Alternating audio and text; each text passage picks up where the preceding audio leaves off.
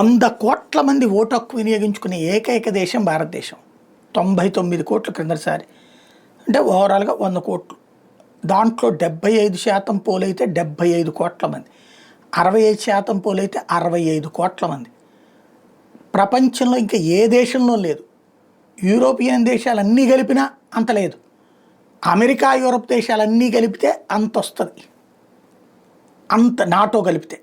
అది అంత పెద్ద ప్రజాస్వామ్య దేశం భారతదేశం. ఇప్పుడు మన విధానం ఏది గ్రౌండ్ లెవెల్ నుంచి పైదాకా ఉన్నటువంటి ఎలక్టోరల్ సిస్టమ్ అనేటటువంటి చాలా పెద్దది. ప్రపంచం మొత్తం మన దగ్గర నేర్చుకుంటుంది.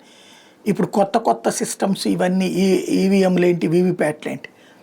ఇప్పుడు ఈ ఓట్ చోర్ అనే పాయింట్ ద్వారా ప్రపంచవ్యాప్తంగా భారత్ పరువు తీసే ప్రయత్నానికి ఏదైతే తాజాగా క్రిప్టో కరెన్సీ వాడారు ఒక విదేశీ న్యూస్ ఏజెన్సీ దగ్గరికి ఇండియా నుంచి డబ్బులు వెళ్ళినాయి ఒక పెద్ద రాజకీయ పార్టీ నుంచి.